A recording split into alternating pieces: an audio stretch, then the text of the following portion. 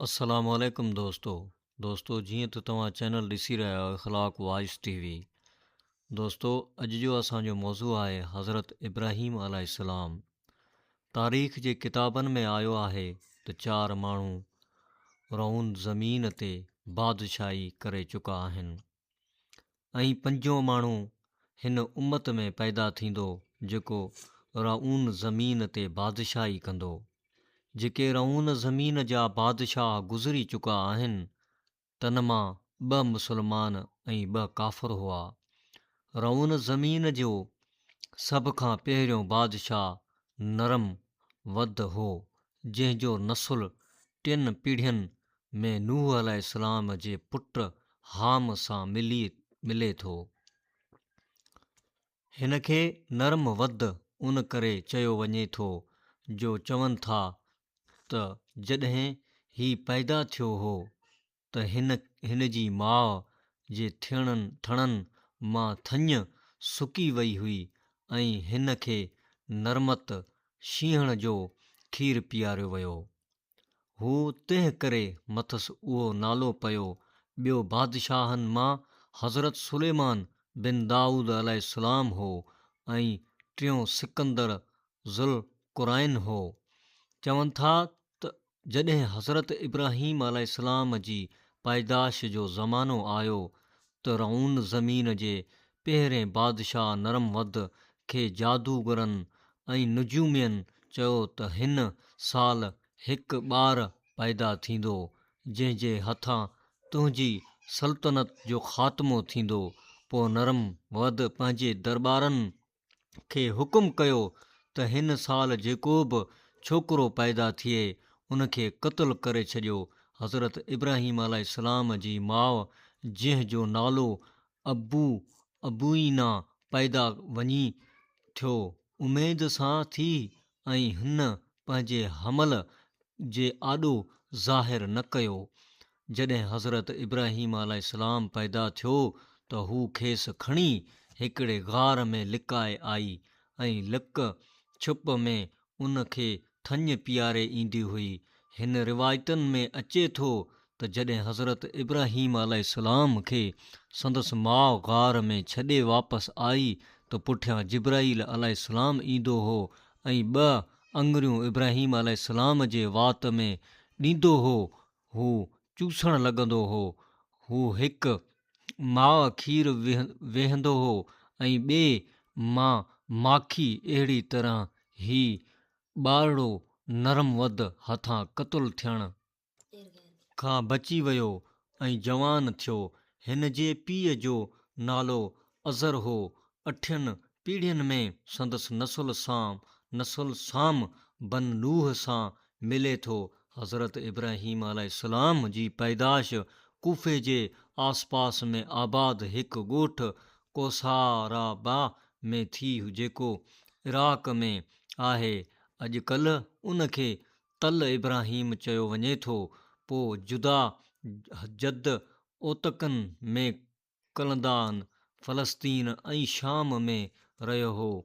संदसि क़ौम बाबल शाम मिस्र फ़लस्तीन ऐं इराक़ जे इलाक़नि में आबाद हुई। हज़रत इब्राहीम अलैहिस्सलाम 15 सालनि जी ॼमार ताईं उन्हीअ गार में रहियो। जॾहिं ॿाहिरि आयो त छा थो ॾिसे त संदसि क़ौम बुत परस्तीअ जे बुराई में मुब्तला आहे। हू ॾींहं राति हथ जी घड़ियल बुतनि जे पूॼा पाठ में लॻल आहिनि।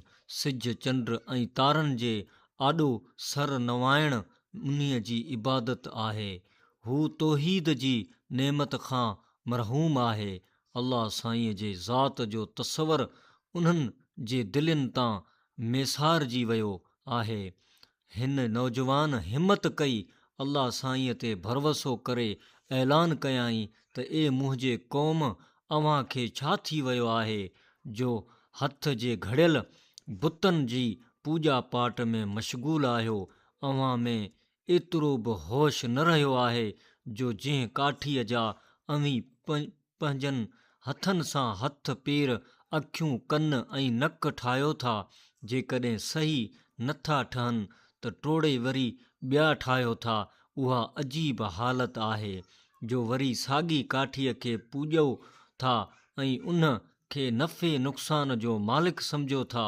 अव्हां उहे हथ ठुकियूं ॻाल्हियूं छॾे ॾियो, हिकु अल्लाह जी इबादत करियो, उन मालिक हक़ीक़ी आॾो सरनिवायो जेको समूरी काइनात जो पालणहार आहे।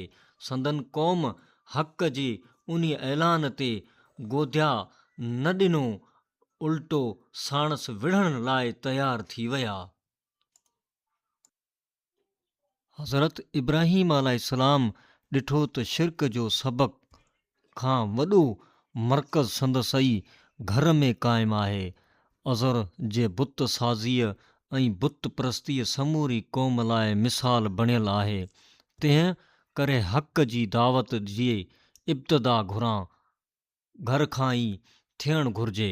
पाण पीउ खे फरमाइणु लॻो त ए मुंहिंजा पीउ, तूं जंहिं राह खे पीउ ॾाढनि जे वाट चवीं थो, सा सरासर बातिल आहे। उन्हीअ राह में अल्लाह साईंअ जी मार्फत जो मिलणु मुश्किल आहे। तूं बुत परस्तीअ में फाथल आहीं। हक़ ऐं सच जी राह फ़क़ति उहा ई आहे जंहिंजो आऊं तोखे दावत ॾियां थो। तौहीद निजात जो ज़रियो आहे। तूं बुत परस्ती छॾ ऐं हक़ जे वाट वठ, उहा ई कामयाबी ऐं कामरानीअ जी सिधी राह आहे। अफ़सोस इब्राहीम अलैहिस्सलाम जी उन हक़ानी ऐलान जो आज़ुर जे दिलि ते तर जेतिरो बि असरु न थियो। उल्टो इब्राहीम अलैहिस्सलाम खे धमकियूं ॾियणु लॻो त जेकॾहिं तूं मुंहिंजनि बुतनि जी बुराई बया न करण खां पासो न कंदे त तोखे पथरनि सां छिथे मारे छॾींदुसि। हज़रत इब्राहीम अलैहिस्सलाम पीउ जे उन सख़्ती जो जवाबु नरमी ऐं निवड़त सां ॾिनो ऐं चवणु लॻो त ए मुंहिंजा पीउ, जेकॾहिं मुंहिंजे हक़ ऐं सच जी पुकार जो तो वटि उहो ई जवाबु आहे त अॼु खां पोइ पंहिंजूं राहूं अलॻि आहिनि। आऊं हक़ जी दावत छॾे नथो सघां ऐं बुतनि जी पूॼा पाठ मुंहिंजे वस खां ॿाहिरि आहे।